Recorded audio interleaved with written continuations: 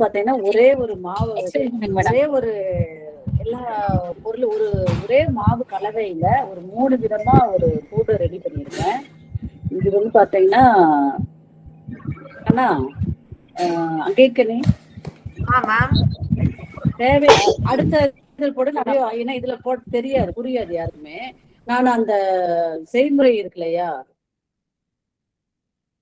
Okay, இதுக்கு வந்து நம்ம வந்து ஒண்ணுமே இல்லை, வீட்டுல இருக்கிற பொருளை வச்சுதான் நான் பண்ணினேன். பட் வந்து என்ன கொஞ்சம் ப்ரிகாஷனா கொஞ்சம் விஷயங்கள் எல்லாம் செய்து வச்சிருந்தேன் முன்னாடியே. அதனால மதியானம் லஞ்ச் டயத்துல ஒரு ஒரு ஒரு 12-1 மணிக்கு சாப்பிடுறோம் அப்படின்னா ஒரு 12:30க்கு வந்து இந்த மாதிரி நம்ம எடுத்து அப்படி அப்படியே போட்டு காய்கறிகளை மட்டும் ரெடி பண்ணி வச்சுட்டு இதை எப்படி நான் பண்ணினேன் அப்படிங்கறத உங்களுக்கு சொல்றேன். அடுத்த வீடியோ எடுமா, எனக்கு இதுல சொல்ல தெரியல. நான் இப்ப செய்தே ஒரு வாரம் ஆச்சு, மறந்தே போயிட்டேன். இப்ப பாருங்க, பாத்திரம் எடுத்திருக்கேன். பாத்திரத்துல வந்து ஃபர்ஸ்ட் போடுறது வந்து பாத்தீங்கன்னா இது வந்து கோதுமை மாவு. கோதுமை மாவு ஒரு சின்ன கப், நம்மளோட அந்த சின்ன கப் இருக்கு இல்லைங்களா, குட்டி பவுல் இருக்கு இல்லையா, அந்த பவுல்ல இது வந்து கொள்ளு, முளைக்கட்டின கொள்ளு பவுடர் ஒரு 2 ஸ்பூன் போட்டுருக்கேன். மாவு பாருங்க ரொம்ப கம்மியா தான் இருக்கும். இது வந்து 8 வகையான பயிர். நான் ஆல்ரெடி உங்களுக்கு வந்து கிளாஸ்ல சொல்லியிருக்கேன் என்னென்ன பயிர். ஒரு நிமிஷம் அப்படியே வெயிட் பண்ணுடா. 8 வகையான பயிர். விஜயா மேடம், இந்த ஸ்லைடு மறைக்கிறது மேடம். ஸ்லைடு மறைக்குதா? அந்த இத ப்ராசஸ் அது அடுத்து வந்து ஃபுல்லா போடுவோம், அதுல வரும் உங்களுக்கு, அதுல வரும் மேடம் உங்களுக்கு. ஓகே, இப்ப வந்து அந்த 2வது ஒரு பவுடர் போட்டோம் பாத்தீங்களா, அது 8 வகையான முளைக்கட்டிய பயறு வகைகள். அது என்னென்ன அப்படின்னு பாத்தீங்கன்னா, நம்மள வெள்ளை சுண்டல் நம்ம வாங்குவோம் இல்லைங்களா, சென்னா, ஒயிட் சென்னா, அதே மாதிரி பிளாக் கருப்பு கடலை, அடுத்து வந்து பச்சை பட்டாணி, ஒயிட் பட்டாணி, அப்புறம் பச்சை பயறு, கொள்ளு, அடுத்து வந்து பாத்தீங்கன்னா கருப்பு உளுந்து, முழு உளுந்து, அப்புறம் தட்டைப்பயிறு. 8 பொருள். இதை 8யுமே நம்ம வந்து ஒரு நாள் முளை கட்டுறது உங்களுக்கு நல்லாவே தெரியும். ரொம்ப முளை வந்து பெருசா நமக்கு வந்து செடி வளர்ற மாதிரி வரக்கூடாது, சின்ன முளை இருந்தா போதும்.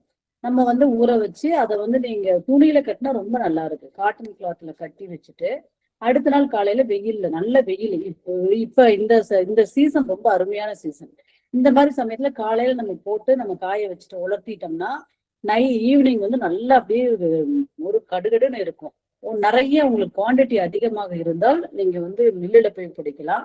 இல்ல நமக்கு மிக்சிலேயே பொடிக்கிற மாதிரி கம்மியான அளவு போட்டிருந்தீங்கன்னா, குவான்டிட்டி இருந்துச்சுன்னா நம்ம மிக்சிலேயே பொடிச்சு நம்ம ஸ்டோர் பண்ணி ஃப்ரீசர்ல போட்டு வச்சிருங்க.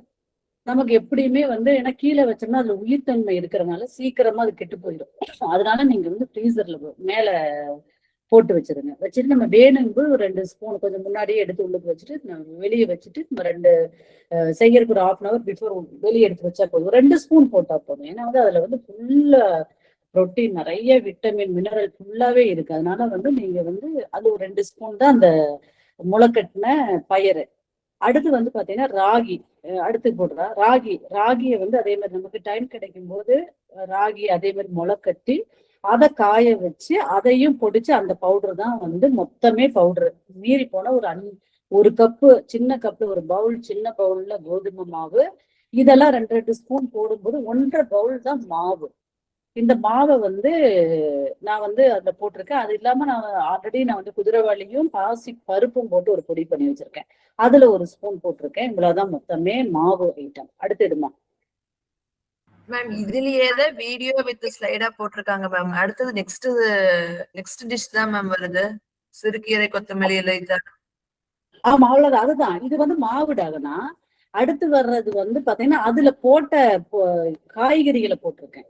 அதுல பாத்தீங்கன்னா செருகீரை, கொத்தமல்லி இலை, கருவேப்பிலை செடியில நல்லா வச்சிருக்கிறவங்களா இருந்துச்சுன்னா அந்த பூவெல்லாம் இருக்கும். நான் அதுல அன்னைக்கு வந்து பூவெல்லாம் போட்டேன். அப்புறம் கேரட்டு, பீன்ஸு, குடமிளகா, சுரக்காய், முட்டைக்கோஸ், என்ன காய்கறிகள் இருந்தாலும், இது நான் போட்ட காய்கறிகள் அதுல ஆட் பண்ணியிருக்கேன். பட் நமக்கு எந்த வெஜிடபிளாக இருந்தாலும் அதை நம்ம போட்டுக்கலாம். எல்லாத்தையுமே வந்து நான் வந்து கிரேட்டர்ல போட்டு நல்லா வந்து கிரேட் பண்ணி எடுத்து வச்சிருந்தேன். அடுத்துடுதான் நறுக்கல, கட் பண்ணல, கிரேட்டர்ல போட்டு இது பண்ணி எடுத்து வச்சு பாருங்க. அதுக்கு முன்னாடி போட்டோ கட்டுங்க. அது நான் பெசைற மாதிரி ஒரு போட்டோ கொடுத்தேன்லடா, அது வரலையா? ஓகே. இதுல பாத்தீங்கன்னா அதுல பாருங்க, இது நான் ஒண்ணுமே தண்ணியெல்லாம் ஆட் பண்ணல. அந்த மாவு கூட அந்த நான் அந்த கீரைகள் சொன்னேன் பாத்தீங்களா, அது தனியா ஒரு பிளேட்ல வச்சிருந்தேன்லடா. அன்னைக்கு எனக்கு ஆடியோ எடுக்கிறதுக்கு முடியல, ஆள் இல்ல, அதனால நான் வாய்ஸ் கொடுக்கல. இது பிட்டுடா. அதுக்கு முன்னாடி அந்த என்னென்ன சேர்த்தேன் அப்படிங்கறத போட்டிருப்பேன். ஒரு பிளேட்ல வந்து கீரைகளா இருக்கும் பாருடா. ஓகே, மாவு போடுறேன். ஓகே,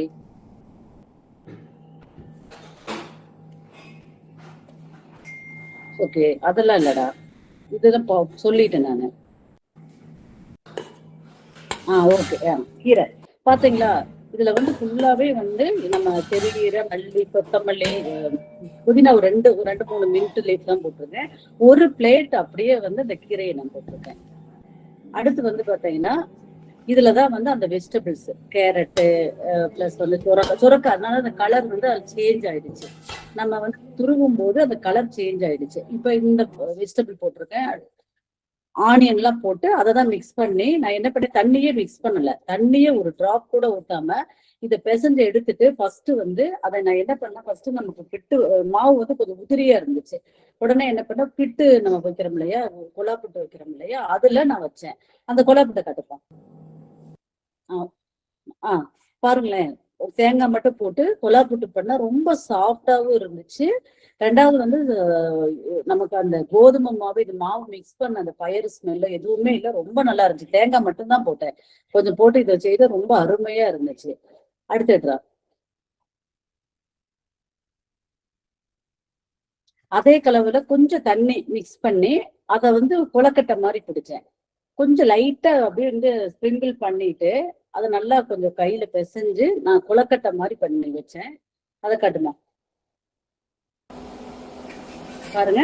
ஒரு பக்கம் அடுப்புல வச்சுட்டு இது வந்து ஆவியில டபுள் ஸ்டீம்ல வச்சிருக்கேன். நான் இட்லி பக்கத்துல கூட வைக்கல, டபுள் ஸ்டீம்ல வச்சேன். ரொம்ப அருமையா இருந்துச்சு. கொலக்கட்டை வந்து எல்லாத்துக்கும் வந்து கொடுக்குது. அன்னைக்கு வந்து 2-3 கெஸ்ட் வீட்டுக்கு வந்திருந்தாங்க, அவங்களும் சாப்பிட்டு ரொம்ப நல்லா இருக்கு அப்படின்னாங்க. அடுத்து அதே மாவுல நான் வந்து ஒரு சின்ன அடை மாதிரி பண்ணியிருக்கேன். அந்த ஒரு பாத்திரத்துல பாத்தீங்களா, ஒரு நம்ம சின்ன அடை குட்டி குட்டியா, பெருசா போடும்போது நமக்கு வந்து என்ன இதுல மோர் வெஜிடபிள்னால நம்மளால திருப்பி போட முடியாது.